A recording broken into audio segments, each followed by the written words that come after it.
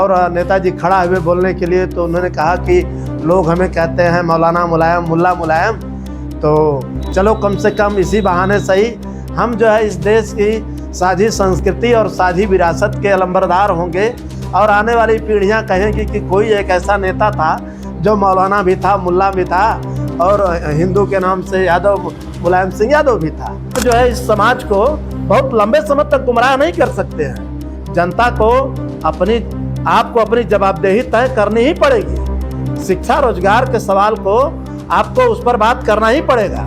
आप जो कह रहे हैं कि हम नशा मुक्त समाज बनाना चाहते हैं, बिल्कुल स्वागत है, होना ही चाहिए, लेकिन यह जो नशा मुक्ति का, जो नशा का कारोबार करने वाले बड़े बड़े लोग हैं, आप पहले वहां से बंद करिए कि जो नेशनल इशू होते हैं वह जनता में कहीं न कहीं से जनता में पहुंचते हैं। लेकर के हम आज लड़ रहे हैं, हमने भी उस पर पद यात्रा निकाला, हम भी इस सवाल को लेकर के उठा रहे हैं, लगातार संघर्षों में हैं। 10 साल पहले सैयद राजा विधानसभा में एक निर्दलीय विधायक चुनाव जीते थे और पूरे उस गंगा कटान के सवाल को उन्होंने एक राजनीतिक सवाल बनाया।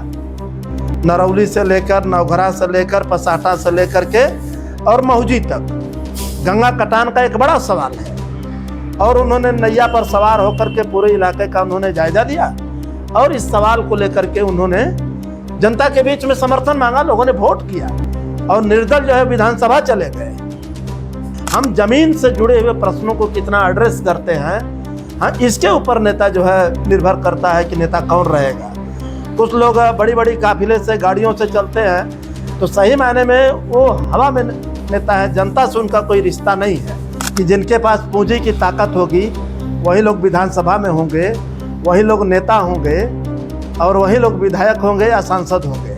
लोगों के बीच में हम लोग गए तो समझ में आया कि वोट कैसे मांगा जाता है, चुनाव क्या होता है। तो एक हमारे लिए भी एक नई चीज़ थी असेंबली इलेक्शन, जहाँ पर हम गांव के प्रधानी के बारे में नहीं सोच सकते हैं, मामूली से पंचायत के इलेक्शन के बारे में नहीं सोच सकते हैं। और पार्टी ने हमको जो एक सिंबल दिया, पूरे इलाके में जा कर के अपनी बात कहने का एक प्लेटफार्म मिला और जेल से ही फिर जो है हमें 2002 का धानापुर असेंबली का हम इलेक्शन लड़ते हैं पार्टी के अपने CPI-ML के 2002 में। उस समय धानापुर विधानसभा थी जिसमें प्रभु नारायण सिंह 26 वोटों से चुनाव जीते थे। वापसी हो गया, आगे की पढ़ाई हम नहीं कर पाए भिन्न भिन्न कारणों से।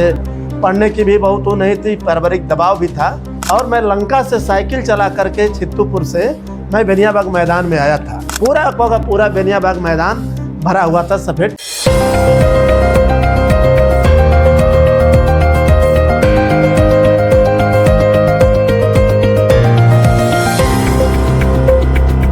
नमस्कार, मेरा नाम विवेक है और आप देख रहे हैं भारत जनता न्यूज़। इस वक्त मेरी मौजूदगी चंदौली जनपद के चानिया ब्लॉक अंतर्गत पपौरा ग्राम सभा में और आज ये खास पॉडकास्ट में लाया हूँ आपके बीच।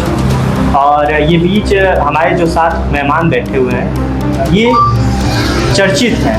इनका नाम श्रवण कुशवाहा है जो भाकपा माले के बड़े नेता हैं। कह लीजिए चंदौली जनपद में एक किसानों का नेता कह लीजिए। बहुत बहुत स्वागत करता हूं अपने इस छोटे से चैनल पर।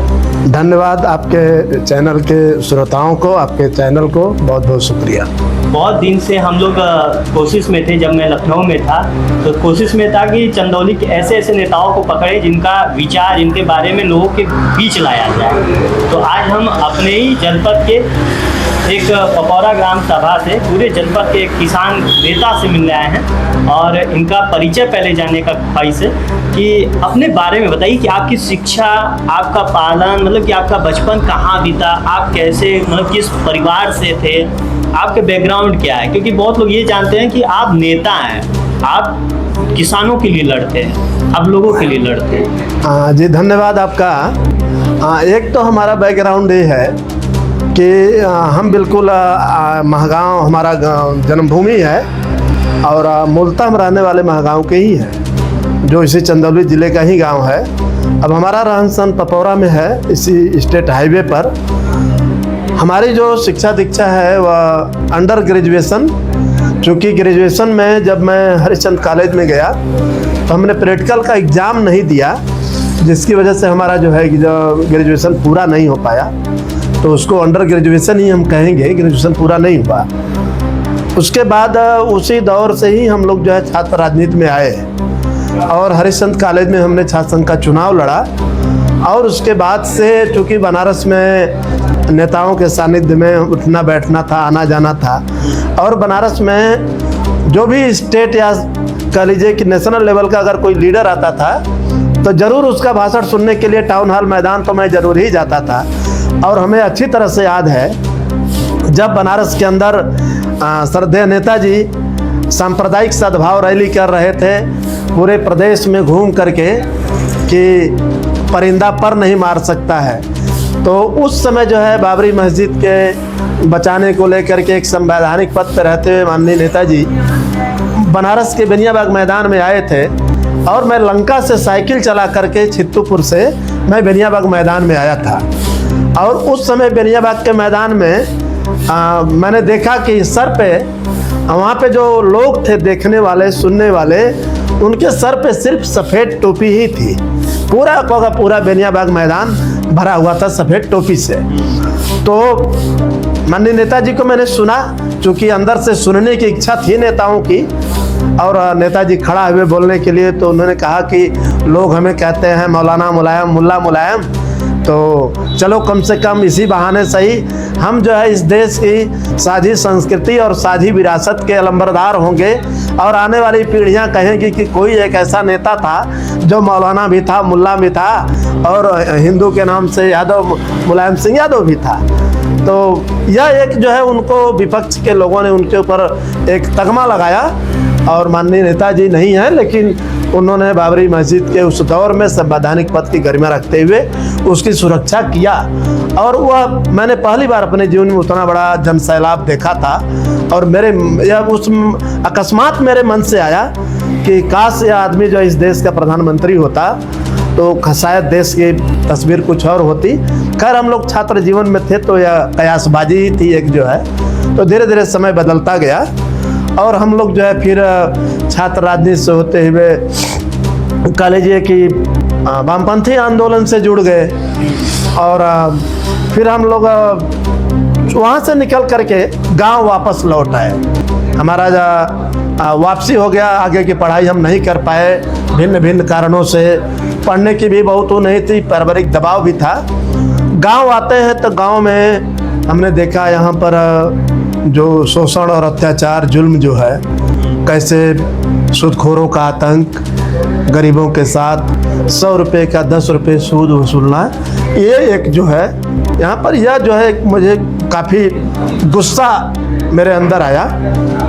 और इसको लेकर के काफ़ी यहाँ पर एक कह लीजिए कि 2002 का दौर आया और एक बड़ा आंदोलन यहाँ शुरू होता है, आमने सामने का संघर्ष और सामंतों जमींदारों से टकराव होता है, जिसमें हम लोग जेल जाते हैं। और जेल से ही फिर जो है हमें 2002 का दानापुर असेंबली का हम इलेक्शन लड़ते हैं पार्टी के अपने CPI-ML के 2002 में। उस समय दानापुर विधानसभा थी जिसमें प्रभु नारायण सिंह 26 वोटों से चुनाव जीते थे।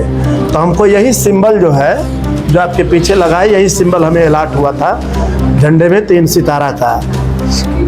और हम जो है असेंबली इलेक्शन में पहली बार आए मैदान में और जनता के बीच में गए तो हम लोगों की झिझक भी जो है ख़त्म हुई। थोड़ा लोगों के बीच में हम लोग गए तो समझ में आया कि वोट कैसे मांगा जाता है, चुनाव क्या होता है। तो एक हमारे लिए भी एक नई चीज़ थी असेंबली इलेक्शन, जहाँ पर हम गांव के प्रधानी के बारे में नहीं सोच सकते हैं, मामूली से पंचायत के इलेक्शन के बारे में नहीं सोच सकते हैं। और पार्टी ने हमको जो एक सिंबल दिया, पूरे इलाके में जा कर के अपनी बात कहने का एक प्लेटफार्म मिला।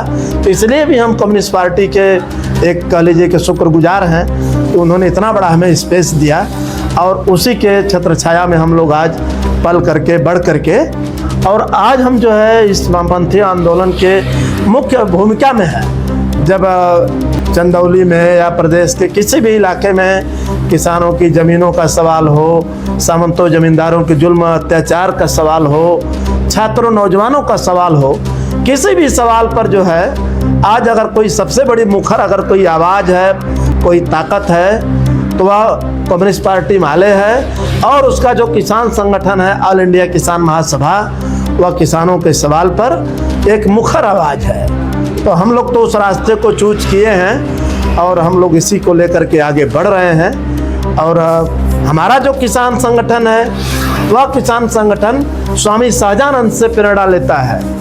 स्वामी सहजानंद जो बिहार के यही गाजीपुर के रहने वाले थे, स्वामी सहजानंद जी, जिन्होंने पहली बार इस देश के अंदर कह लीजिए कि क्रांतिकारी किसान आंदोलन की नींव रखी और उन्होंने पहली बार क्रांतिकारी किसान सभा बनाई और पहले उसके संस्थापक अध्यक्ष बने स्वामी सहजानंद। उनके नाम से गाजीपुर में डिग्री कॉलेज है, स्वामी सहजानंद डिग्री कॉलेज। तो उन्होंने जो है क्रांतिकारी किसान आंदोलन की नींव रखी और उसी नींव पर जो है उसी की बुनियाद पर खड़ा होकर के अखिल भारतीय किसान महासभा वह जो है पूरे प्रदेश के अंदर वह आंदोलन को, किसानों को संगठित करने की दिशा पर जो है काम कर रहा है। आप राजनीति का तो बता दिए, लेकिन आपकी जो असली कहानी है वो राजनीति पर्दे के पीछे क्या कहानी है? मतलब कि कहते हैं कि नेता जो होते हैं, विपक्षी नेता होते हैं, काफ़ी पैसों वाले होते हैं, बहुत लंबी लंबी गाड़ियाँ होती है। आपके साथ गाड़ियाँ नहीं है, इसके पीछे का कहानी क्या है? क्यों नहीं आप चाहते हैं कि आपके पास पैसा ना हो? देखिए, हमको जो लगता है कि हमने जो देखा, सही मायने में यही बात सही नहीं है कि जिनके पास पूंजी की ताकत होगी वही लोग विधानसभा में होंगे, वही लोग नेता होंगे और वही लोग विधायक होंगे या सांसद होंगे। अभी के दौर में जो हमारे कह लीजिए कि लोकसभा में चुनाव लड़ करके जीत करके गए राजा राम सिंह, जो काराकाट से चुनाव जीत के गए बिहार के, इस समय हमारे पार्टी के 2 सांसद हैं। भोजपुर से सुदामा जी हैं और आरा के काराकाट से राजा राम सिंह जी हैं। राजा राम सिंह जी 1-1 रुपये लोगों से फंड कलेक्शन किया, 20 रुपये का कूपन लोगों को देकर के लोगों से सहयोग लिया और उस 20 रुपये से कैसे चुनाव लड़ा जाता है वह राजा राम सिंह ने बताया। तो यह कोई ज़रूरी नहीं है।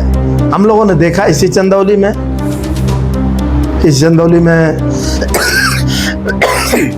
जवाहरलाल जायसवाल भी चुनाव लड़े थे, कांग्रेस पार्टी से आए, पानी की तरह पैसा बहाया, लेकिन जो है वो चुनाव हार गए।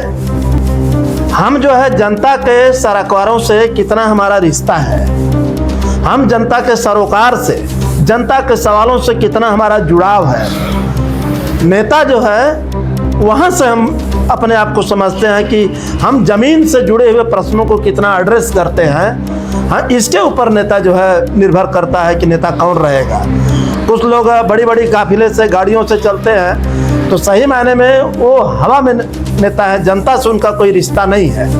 अभी आपको मैं बताऊं, पिछले बार कह लीजिए कि आज से करीब 10 साल पहले सैयद राजा विधानसभा में एक निर्दलीय विधायक चुनाव जीते थे और पूरे उस गंगा कटान के सवाल को उन्होंने एक राजनीतिक सवाल बनाया।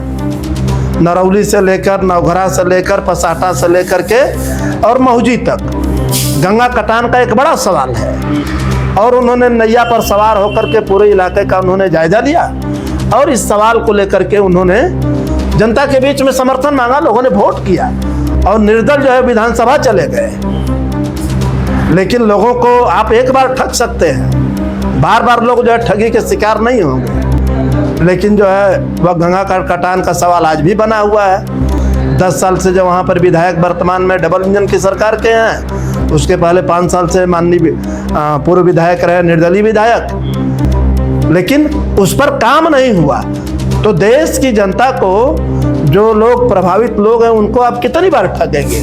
1 बार ठगेंगे, 2 बार ठगाएंगे, लेकिन लोगों ने जो है उस पर यकीन नहीं किया। और वह सवाल आज भी बना हुआ है, गंगा कटान का सवाल, जिसको लेकर के हम आज लड़ रहे हैं। हमने भी उस पर पद यात्रा निकाला, हम भी इस सवाल को लेकर के उठा रहे हैं, लगातार संघर्षों में हैं। जनपद चंदौली में जो राजनीति होती है वो जातिवादी होती है या कह लीजिए नेतावादी होती है? क्या होता है जनपद चंदौली में? क्योंकि आपने कई इलेक्शन देखा है सामने, और उस इलेक्शन से आप क्या भावते हैं, जातिवादी होता है या नेतावादी होता है?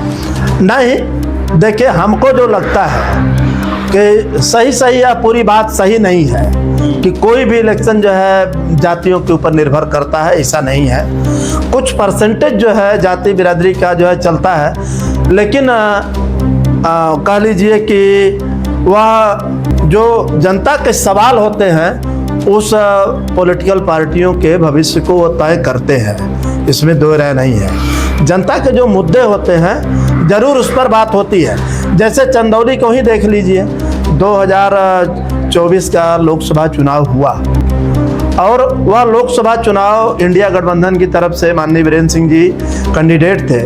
हम लोग भी उनके समर्थन में रहे। पूरे चंदौली में हम लोगों ने घूम करके समर्थन मांगा, वोट मिला और वो चुनाव लीड करते हैं। माननीय महेंद्र पांडे जी चुनाव हारते हैं, लेकिन मैंने देखा कि जो नेशनल इशू होते हैं वह जनता में कहीं न कहीं से जनता में पहुंचते हैं। और जब चुनाव के अंतिम दिन, चुनाव प्रचार का जब लास्ट होता है, हम लोगों की एक मीटिंग दलित बस्ती में बुलाए थे लोगों ने कि आप लोग आइए नेताजी, हम लोग बात करेंगे। वह बलारपुर है एक गांव, सकलडीहा तहसील के बगल में, और बलारपुर की बस्ती में हम लोग शाम को करीब 7 बजे जाते हैं और करीब 250 से 300 पूरी बस्ती के लोग इकट्ठा होते हैं और वहीं दरी कंबल पे हम लोग बैठते हैं, बातें होती हैं। और वह जो संविधान के ऊपर हमला है, संविधान बचाने की जो बात चली थी दिल्ली से, और जिस तरह से भारतीय जनता पार्टी के लोगों ने कहा कि हम संविधान बदलने आए हैं, संविधान को बदलेंगे, अरुण गोविल से लेकर के तमाम नेताओं ने बोला है। नाथुराम मिर्धा की लड़की है, उन्होंने बोला जो है, इस तरह से तमाम इनके नेताओं ने कहा कि हम संविधान को बदलेंगे। और वह संविधान बदलने की जो बात कहे, वह बात नीचे तक गई और दलित कम्युनिटी का एक बड़ा हिस्सा इस बार जो है समाजवादी पार्टी के कैंडिडेट माननीय वीरेंद्र सिंह जी को उन्होंने पोल किया और वो जो चुनाव में वो दिखा उसका असर। तो वो राष्ट्रीय जो मुद्दे होते हैं वो जनता उसको जरूर जो है वो रिसीव करती है। बहुत नॉमिनल जो है जाति बिरादरी का फंडा चलता है, ऊपर ऊपर देखने में लगता है, लेकिन नीचे नहीं है ऐसा कुछ। अभी तक आपने जितने भी आवाज उठाए हैं जनपद चंदौली के विकास को लेकर के, कई सवाल आपने उठाए, नरेगा को लेकर के, सड़कें को लेकर के, पानी को लेकर के, गंगा कटान, इसमें से कितना प्रॉब्लम सॉल्व हुआ है अभी तक शासन प्रशासन से?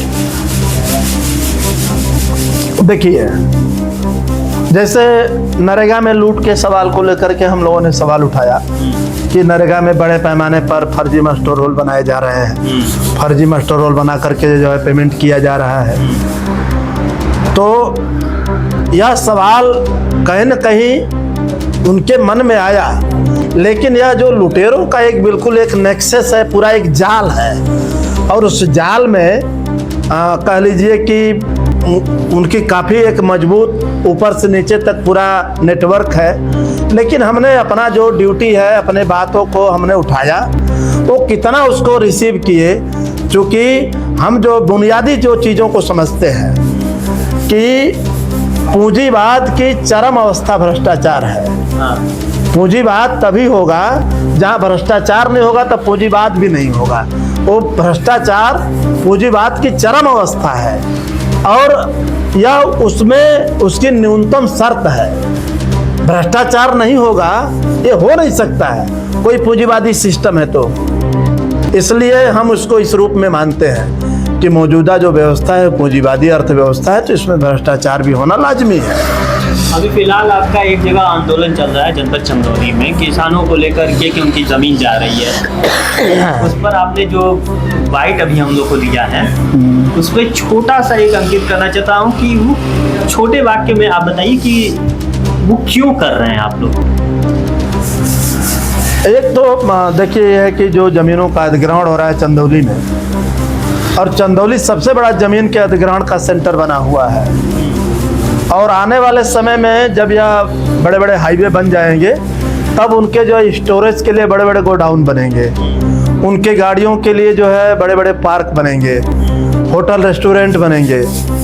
और यह जो जोत की ज़मीनें हैं, कृषि योग्य ज़मीनें हैं, इनको जो है जब अधिग्रहण कर लिया जाएगा, उस ज़मीनों का नेचर बदल जाएगा, वह उत्पादन नहीं देगी।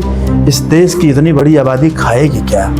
एक तो खाद्यान्न का संकट पैदा होगा, दूसरा जो विकास बताया जा रहा है कि यह विकास है, या हम इसको विकास इस रूप में नहीं मानते हैं कि इस विकास से आम आदमी का कोई लेना देना नहीं है।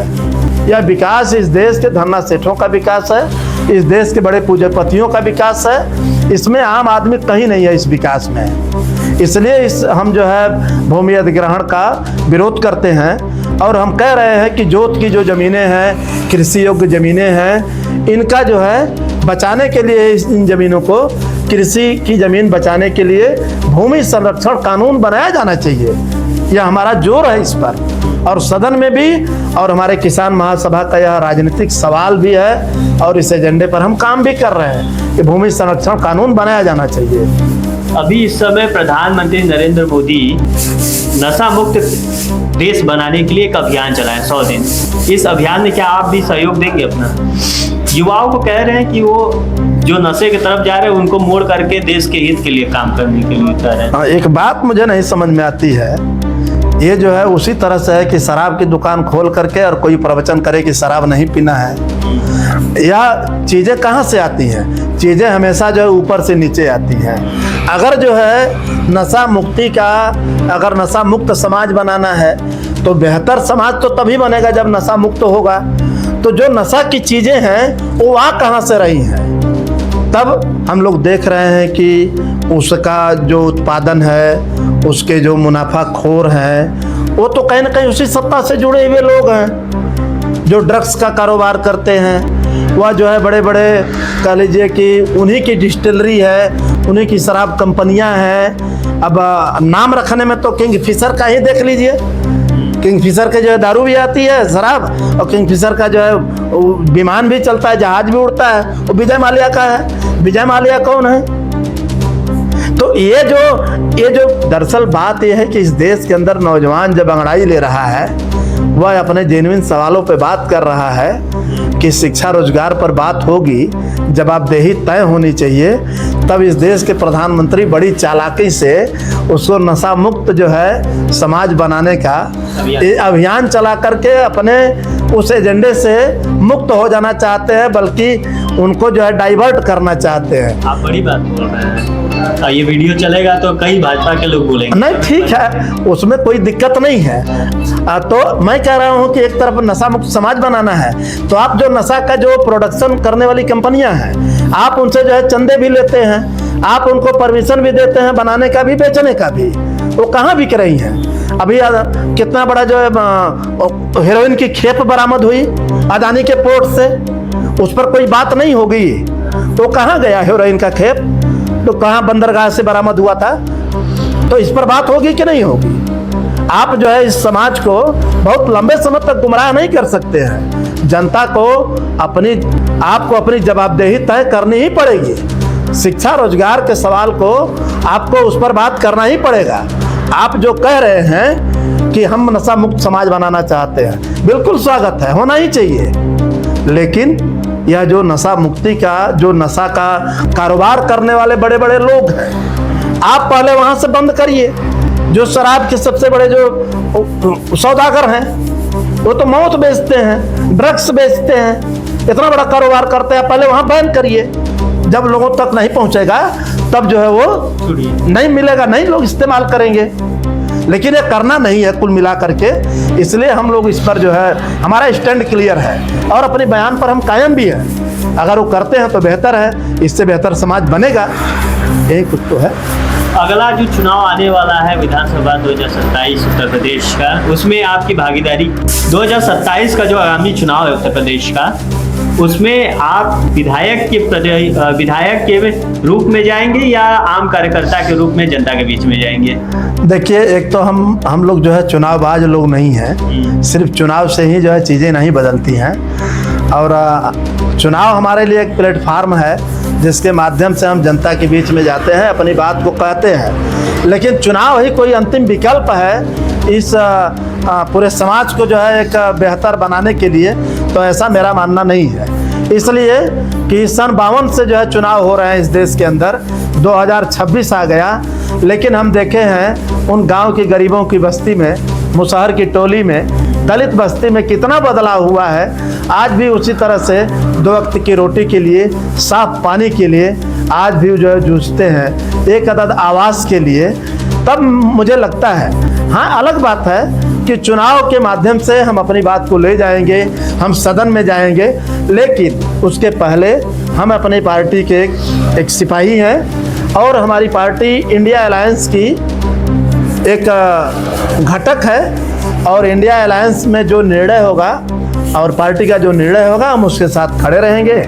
और पार्टी अगर सिंबल अलॉट करेगी, पार्टी अलाउ करेगी, आदेशित करेगी तो चुनाव लड़ा जाएगा।